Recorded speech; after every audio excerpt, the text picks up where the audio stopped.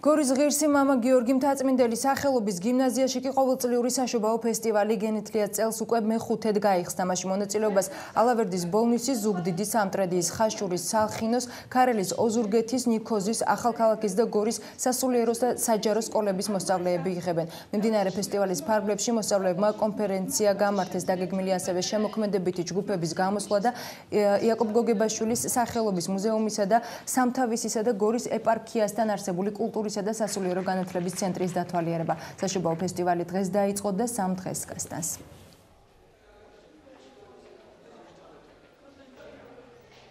დღეს დაიწყო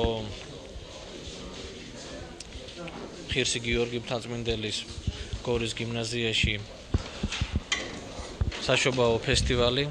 ამ ფესტივალის მიზანი არის, რომ უფრო